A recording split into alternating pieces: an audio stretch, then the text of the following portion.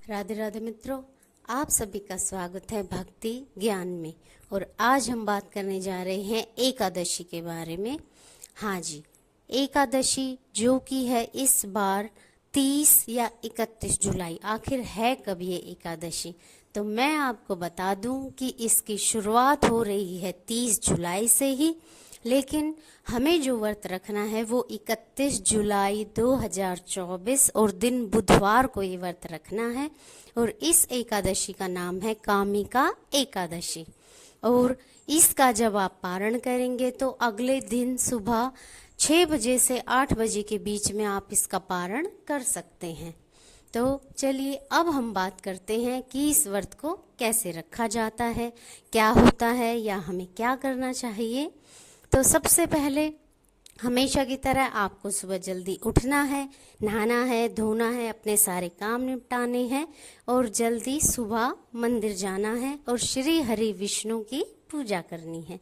और आप केले के वृक्ष पर भी जल चढ़ा सकते हैं, केले पे भी, क्योंकि वो भी साक्षात श्री हरि विष्णु का रूप है। आपको पीपल पर जल चढ़ाना चाहिए, आपको तुलसी पर जल चढ़ाना चाहिए, उनकी परिक्रमा करनी चाहिए। और आपको ये भी याद दिलवा दूं कि आप 30 तारीख यानी कि 30 जुलाई को ही तुलसी दल तोड़ के रख लेंगे, क्योंकि एकादशी को तुलसी दल नहीं तोड़ते, इसलिए आप 30 को ही वो तोड़कर रख लें। और अगले दिन जब आप श्री हरि विष्णु को भोग लगाएं तो उस तुलसी दल का इस्तेमाल करें, क्योंकि तुलसी दल के बिना श्री हरि जी कोई भी भोग ग्रहण नहीं करते। तो ये है हमारी जुलाई महीने की एकादशी। हाँ, वैसे 31 जुलाई है, लास्ट है बिल्कुल, लेकिन मानी तो ये जुलाई की ही जाएगी।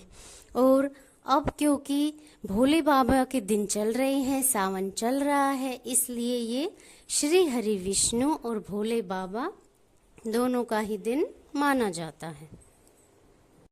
इसलिए हमें भोले बाबा की भी पूजा करनी है, श्री हरि विष्णु की भी पूजा करनी है और तुलसी माता की परिक्रमा भी करनी है।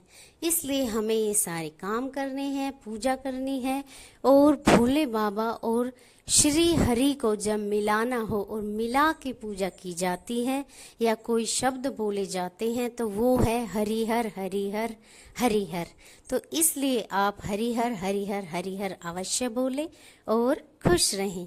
और जिस दिन आप व्रत करें, किसी की निंदा ना करें, किसी की चुगली ना करें और बहुत अच्छे से सात्विक होकर अपने व्रत को पूर्ण करें।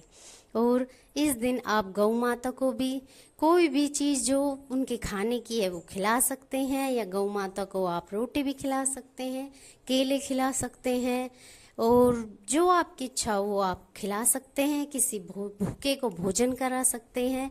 जो भी आप करना चाहें, जो आपकी इच्छा हो वो आप कर सकते हैं। और यदि आप कुछ काम करने की सोच रहे हैं कई दिनों से, तो उसके लिए भी ये दिन बहुत अच्छा माना जाता है।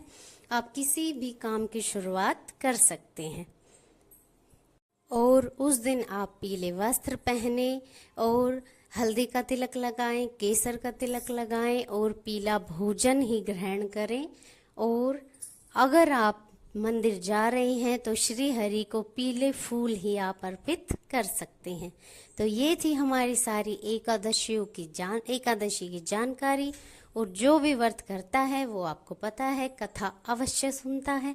तो इसलिए आप हमारे चैनल पर कामिका एकादशी की व्रत कथा अवश्य सुने, क्योंकि जब भी आपका व्रत करते हैं, चाहे वो कोई भी व्रत हो, तो उसमें कथा सुननी अवश्य होती है।